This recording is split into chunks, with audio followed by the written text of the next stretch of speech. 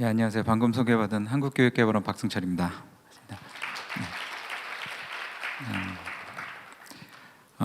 이선윤 교수님하고 두 분 발표자분과 같이 이미 제가 매스컴을 통해서도 많이 알고 있고, 이선윤 교수님은 저 학교 은사시니까 오늘 그동안에도 활동도 같이 했었고, 그래서 굉장히 영광스럽게 생각을 하고요. 이선윤 교수님이 이 주제가 알고 보면 묵직하다라고 얘기를 하시니까 제 마음이 같이 묵직해졌습니다.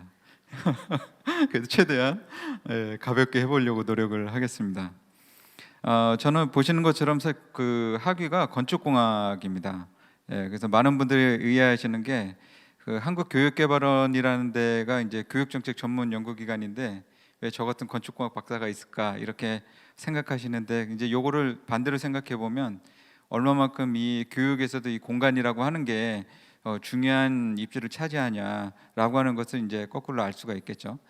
이제 제가 그동안 연구했었던 꼭지가 한 두 가지 정도가 됩니다. 하나는 이제 디자인이고 그 다음이 안전인데, 최근에 아까 말씀드렸던 것처럼 이제 그린 스마트 미래학교 하면서 디자인 쪽의 업무를 내지는 연구를 굉장히 많이 하고, 실제로 이제 컨셉 디자인 만들고 하는 데에도 이제 여러 건 참여를 하고 있습니다. 그걸 참여하다 보니까 제가 조금 안타깝게 느낀 게 뭐냐면, 학교 계신 선생님들이나 건축가분들하고 얘기를 많이 해보면 학교 선생님들은 주로 이제 어떤 얘기를 많이 하냐면 창문, 그다음에 뭐 천창 이런 거 얘기를 많이 하세요. 이런 걸 어떻게 디자인하면 좋으냐. 그다음에 건축가분들은 이제 신재생 에너지 시스템이라든지 뭐 이런 것들을 이제, 왜냐하면 수준이 조금 더 높으시니까 그런 얘기를 많이 하시는데, 제가 이제 그걸 보면서 어떤 생각이 많이 들었냐면, 이 그린 학교 내지는 학교가 갖고 있는 본질이 있는데, 그 부분에 대해서 우리가 이 그린 학교라고 하는 이 용어가 닿는데 굉장히 이게 제한점이 있구나라는 생각이 들었어요. 왜냐하면 그린 학교 딱 떠오르니까 건축적인 부분을 이렇게 딱 생각을 하셔서, 제가 오늘 좀 들고 나온 얘기는 좀 지속 성장 가능한 학교라고 이렇게 좀 제목을 바꿔봤습니다. 그 이유는 뭐냐면, 아까 교수님께서 말씀하신 묵직한 게 왜 묵직하냐면, 이 학교라는 공간이 궁극적으로 얘기하면 결국 아이들이 지금 생활하는 공간이고 배움이 있어야 되는데, 그 배움이 있어야 되려면 결국은 학생들이 배워야 되잖아요. 그래야지 실질적으로 이제 이게 성장하는 그런 과정이 있게 되니까, 아무래도 제가 봤을 때 그린 학교라는 것보다는 아이들과 교사가 성장하는 이런 지속 성장 가능한 학교라고 하는 용어가 좀 더 적당하지 않을까 이런 생각을 해봤습니다. 이 얘기를 하려면 먼저 간단하게 뭘 살펴봐야 되냐면, 지금 21세기에서 우리가 다루고 있는 학교 공간이라고 하는 게 어떠한 방향성을 갖고 있냐, 한마디로 학교 공간이 어떠한 요구를 받고 있느냐, 이거를 이해하는 게 굉장히 중요합니다. 그래서 일단은 간단하게 이제 책 한 두 개 정도를 말씀드리고자 하는데, 우리가 많이 학교 공간에 대해서 이제 연구를 해보시거나 실제 학교 현장 해보신 분은 이 제3의 교사라고 하는 이 디자인 관련된 책을 많이 보셨을 겁니다. 근데 저는 이 책을 봤었을 때 이 제목도 굉장히 재미있었지만, 무엇보다 중요한 건 이 밑에 있는 부제가 훨씬 더 제 눈길을 많이 끌었어요. 이 부제 보시게 되면 교사 학습을 탈바꿈시키는 이런 9개의 디자인 방법이라고 되어 있습니다. 그러니까 이 얘기는 무슨 얘기냐면, 핵심은 이 디자인이라고 하는 것이 굉장히 중요한데, 기존은 과거에서 우리가 다뤘던 안전이나 건강 이런 것뿐만이 아니라 그걸 뛰어넘어서 이 교사 학습이라고 하는 것이랑 직접적으로 이어져 있다, 이 뜻이에요. 그 다음에 이 교사 학습이라는 게 굉장히 좀 폭넓을 수가 있는데, 이거를 이제 좀 더 디테일하게 얘기할 수 있는 게 이 책입니다. 이 책도 이제 플라스카신 나이르라고 하는 이제 뉴욕의 건축사가 이제 쓴 책인데, 이것도 부제를 보면 뭐라고 되어 있냐면, 학생 중심 교육을 위한 학교 공간 재구조화라고 되어 있습니다. 그러니까 아까 교사 학습 방법이다, 그거랑 연결되는 게 굉장히 디자인이 공간적으로 중요하다 이렇게 얘기하는데, 그러면은 그 교사 학습 방법이란 게 구체적으로 뭐냐라고 얘기한다면 학생 중심의 교육이다 이렇게 얘기하고 있습니다. 그래서 이거는 우리가 많이 알고 있는 요즘에 학생 주도성, 이 OECD 2030에서 얘기하는 스튜던트 에이전시라고 하는 개념이랑 굉장히 일치되어 있는 거죠. 그래서 저 역시도 2018년도에 이 관련된 학교 공간 재구조와 관련된 매뉴얼 개발 연구를 하면서 지금 보시는 것처럼 이런 디자인들을 만들었는데, 핵심되는 내용이 뭐였냐면, 겉에 보시는 것처럼 2015 개정 교육과정을 분석해서 그 교육과정에서 교육과정을 수행하기 위해서 필요한 공간이 어떤 디자인이어야 되느냐를 거꾸로 이끌어내는 그런 연구를 했었습니다. 근데 보시는 것처럼 네모난 게 중요한 게 아니라 그 안에 이미 다양한 공간적인 구조가 필요하다라는 것을 이 연구에서도 나올 수가 있었어요. 이 얘기는 무슨 얘기냐면, 이미 우리나라의 공간 자체가 선진국에서 얘기하는 그런 미래학교라고 하는 그런 공간 구조를 이미 요구하고 있는 그런 교육과정 속에 있다, 그런 요구를 이렇게 받고 있다라고 하는 것을 알 수가 있겠죠. 그래서 핵심적인 건 뭐냐면 학교 공간이라는 건 가장 선결된 그 본질이 뭐냐면 수업에 활용되는 공간이어야 됩니다. 이래야지 학교 공간으로서의 그 조건을 만족할 수 있어요. 이걸 뒤집어서 얘기하면 공간이 바뀐다고 해서 반드시 수업이랑 연결되어 있지 않다고 하면 그거는 사실 학교 공간에서 요건을 갖추기 어렵다는 겁니다. 21세기에. 과거에는 그게 가능했지만 이제 지금 우리 21세기의 학습자 중심의 교육과정이라고 얘기하는 거에서 이 요건에 맞추려면 기본적으로 그 공간이 바뀌면 반드시 수업이랑도 변화가 같이 이어져야 그게 학교 공간으로서 의미가 있다, 이렇게 얘기를 할 수가 있겠죠. 근데 우리가 학교 공간이라는 걸 이해했으면 과연 그럼 그린 학교라고 하는 거는 또 어떻게 이어져야 되느냐를 우리가 생각해 볼 수가 있겠죠. 우리 앞에서 큰 틀에서 이제 수업이랑 연계되는 걸 이해했으니까. 대표적으로 여러 문헌들이 있지만 이 석사 논문, 외국에 쓴 석사 논문을 제목을 보면 바로 직접적으로 알 수가 있습니다. 책 제목을 보면 이 그 지속 가능한 학교가 어떻게 써야 되냐, 3차원 교과서로 써야 된다는 거예요. 예, 딱 이해가 오시죠? 우리 단열재 창문 설치하는 게 중요한 게 아니라 그걸 설치한 것이 이 수업 중에 교재 내지는 교과서로 쓰여야지만이 그게 실질적으로 이제 그린 학교 요건을 갖추는 것이다, 이렇게 이제 우리가 볼 수 있는 것이죠. 그래서 이 책에 보게 되면 우리가 얘기하는 패시브 내지는 액티브 이런 요소들이 어떻게 교육과정 쪽에서 이렇게 녹여들어야 되느냐를 실질적인 사례 중심으로 해서 이렇게 설명을 하고 있습니다. 근데 이게 이미 우리가 많이 알고 있는 것처럼 그린 스마트 미래 학교의 정책 자료를 보게 되면, 교육부에서 나온 정책 자료를 보게 되면 이미 너무나 잘 들어가 있어요. 그래서 여기 보시게 되면 학교가 생태 문명의 전환의 학습장이 될 수 있도록 설계뿐만 아니라 교육과 연동되는 것이 그린 학교라고 이미 얘기를 하고 있습니다. 예. 그러니까 이미 이제 이 그린 학교라는 게 우리가 나아가야 될 방향 내지는 이미 지어진 학교들이 어떻게 가야 되는지를 아주 잘 명확하게 알 수가 있는 거죠. 그런데 이게 제가 지난주 토요일 날 그린 스마트 미래학교로 선정된 학교에서 워크숍을 했었던 사례인데요. 이제 이 두 번째 워크숍 차례입니다. 근데 이 학교에 갔더니 이 도면을 보여주시면서 저한테 뭐라 그러냐면, 우리는 그린이라고 하는 그 컨셉을 어디에 적용하기로 했냐면 이 중정, 본동과 별관동에 있는 그 사이에 만들어질 중정에 우리는 그린이라고 하는 개념을 적용하기로 했다, 이렇게 말씀하시더라고요. 그래서 제가 뭐라고 질문했냐면, 선생님 그럼 이 중정을 만드는 게 이 교육과정에 어떻게 쓰입니까? 이렇게 여쭤봤더니 말씀을 못 하시는 거예요. 그게 무슨 의미가 있냐, 거의 이런 표정이셨는데, 그래서 제가 좀 많이 안타까워가지고 어떻게 물어봤냐면, 그때 워크숍을 하면서 거기에 워크숍 진행하셨던 선생님 중에 한 분이 과학 선생님이셨어요. 그래서 이 과학 선생님한테 제가 뭐라고 물어봤냐면, 선생님 과학 시간에 가장 많이 이 수업 시간에 사용될 재료가 뭐냐, 저도 뭐 교사가 아니니까 이렇게 물어봤습니다. 그때 과학 선생님이 뭐라 그랬냐면, 이 지구의 형성 과정을 설명하는데 돌이 굉장히 많이 쓰인대요. 예, 화강암, 무슨 현무암 이런 것들을 굉장히 과학 시간에 많이 쓰인다는 거예요. 그래서 제가 뭐라 했냐면, 그럼 중정에 그런 돌들을 구성해서 아이들이 쉴 수 있는 공간 내지는 그런 바닥 재료들을 만들어서 아이들이 늘상 그 재료들이랑 접하게 하고 수업 때는 나가서 그 재료들을 이용해서 하시면 되겠네요. 이렇게 이제 설명을 그 세 분의 선생님한테 드렸더니 선생님들이 이제 본인들이 이제 뭘 고민해야 되는지 알겠다, 이 그린 학교에서 이렇게 말씀하시더라고요. 그래서 이제 사실 지금 좀 많이 제가 안타까운 게 그린 학교라고 이 용어 자체가 주는 제약점이 아까 말씀드린 게 굉장히 큰 것 같아요. 그래서 저는 이 개념을 좀 지속 성장 가능한 학교, 그러니까 이 지속 성장 가능하다는 건 말씀드린 대로 이 수업이라는 통해서 교육 과정을 통해서 교사와 학생이 실질적으로 배움으로 이렇게 성장해 나가는 그런 학교를 우리가 좀 기대해야 되는 거 아닌가 하는 생각을 하고 있습니다. 그렇다 그러면 과연 이런 지속 성장 가능한 학교를 만들려면 어떤 걸 그 안에 담아야 되느냐 얘긴데, 이거는 사실 굉장히 폭넓고 깊습니다. 그래서 여기서 이걸 다 다루기는 어렵지만 제가 오늘 좀 말씀드리려고 하는 건 학교 현장에서 과연 어떻게 좀 쉽게 접근할 수 있는가, 이거를 좀 사례 위주로 해서 좀 설명을 드리려고 하는데요. 이거는 제가 이제 2009년도에 갔었던 토마스 초등학교라고 하는 미국 이제 버지니아주에 있는 그 초등학교가 되겠습니다.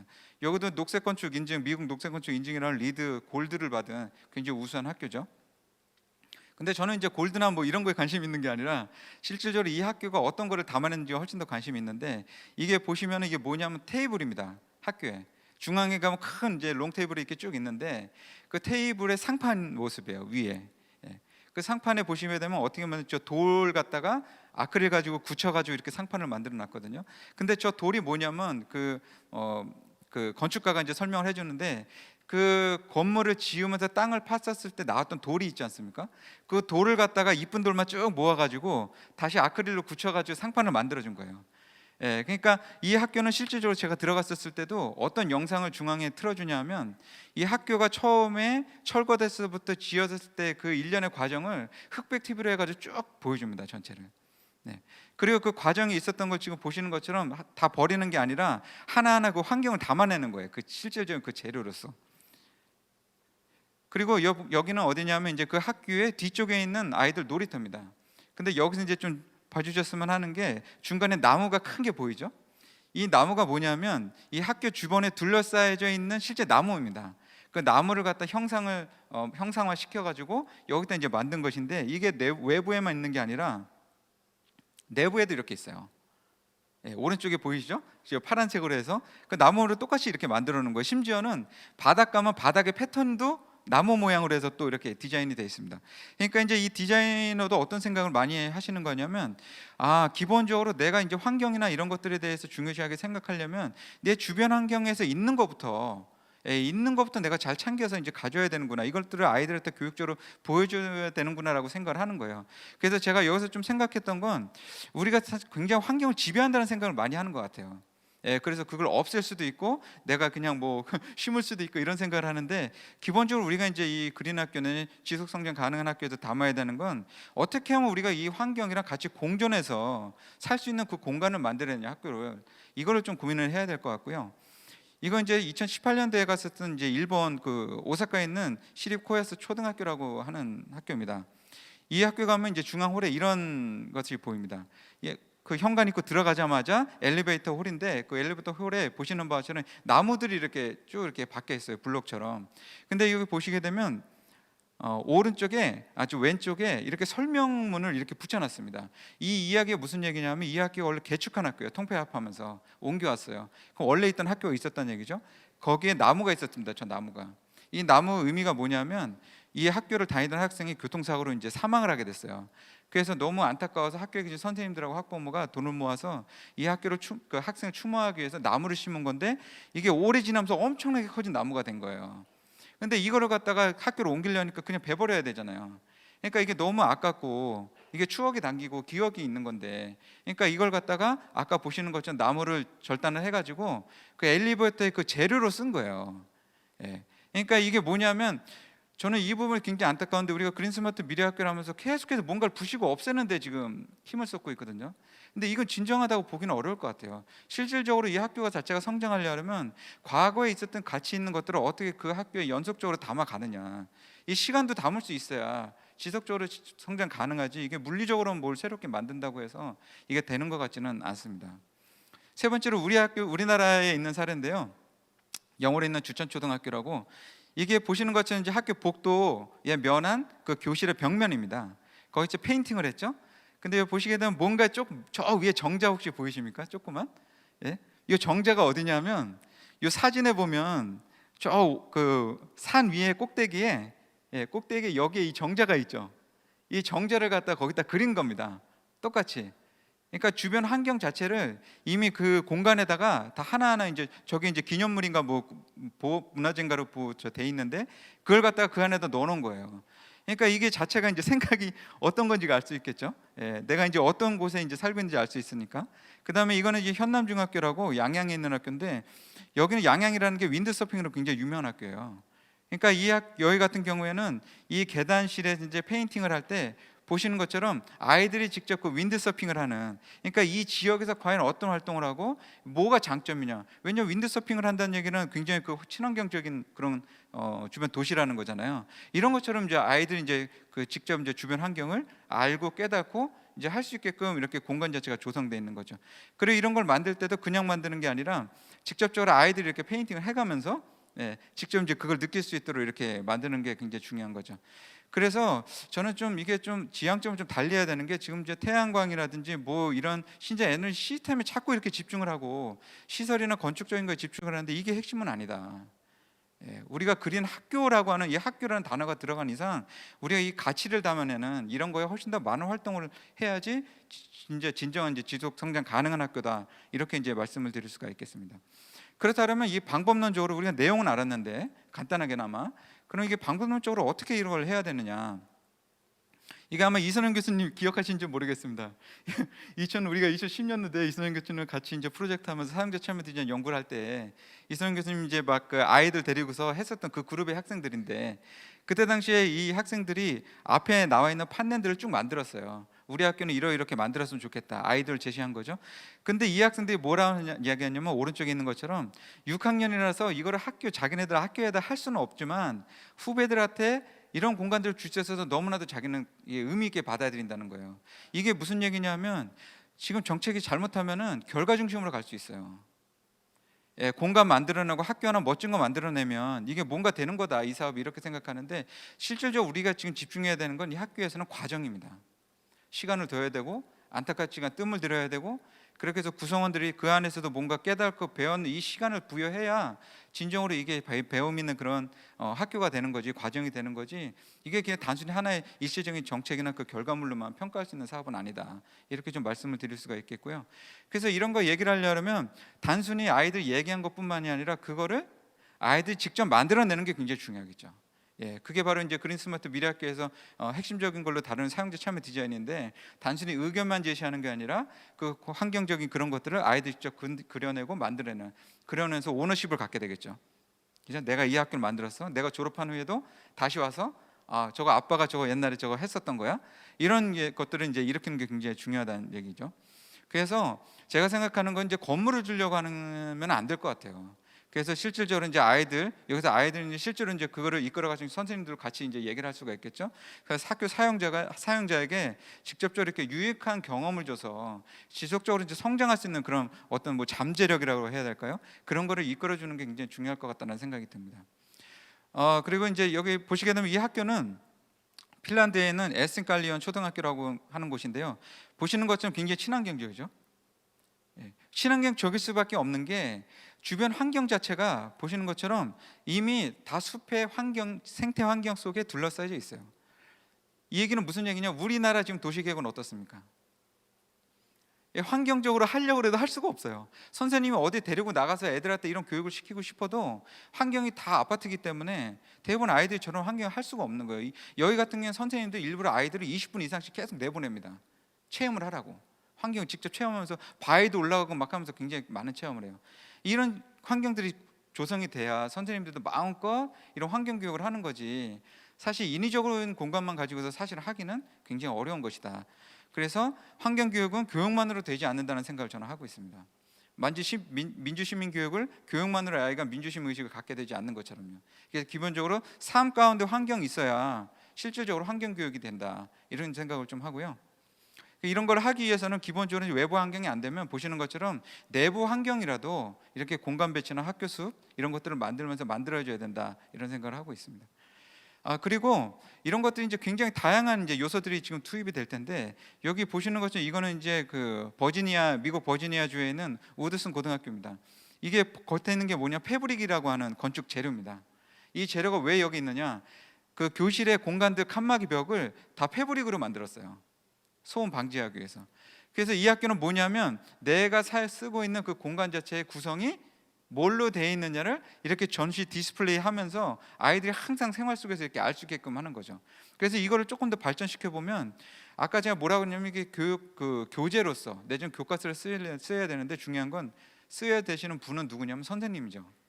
근데 선생님이 이게 어떻게 쓰였는지, 이게 어떤 원리를 쓰였는지 알 수 없으면 쓸 수가 없어요, 기본적으로. 그래서 앞으로는 이 과정을 통해서 선생님들이 그런 걸 알 수 있는 그런 교재들 내지는 설명서, 이런 것들이 같이 좀 첨부가 돼야 되지 않을까 하는 생각을 하고 있습니다. 그래서 앞에 말씀드린 걸 좀 정리를 하자 그러면, 지속 성장 가능한 학교는 한 4가지 정도 좀 정리를 할 수 있을 것 같아요. 무엇보다 첫 번째는 시설 변화 넘어서 수업의 변화를 이끌어내는 그런 우리가 이제 학교가 돼야 되겠고, 그 다음에 시설 구축이 아니라 아이들, 선생님들의 이런 경험을 구축할 수 있는 그런 학교가 돼야 되겠고, 세 번째로는 이 수업뿐만이 아니라 교육뿐만이 아니라 활동뿐만이 아니라 실질적으로 학교 내 외부 그 자체가 생태적인 공간으로 조성이 돼야지 이게 진정한 이제 그린 학교가 되지 않을까 싶습니다. 마지막으로는 아까 말씀드린 것처럼 이 시설을 넘어서 3.5 교과서로서의 그 역할을 확정해서 하는 것이 중요하지 않을까, 이렇게 생각을 해봤습니다. 감사합니다.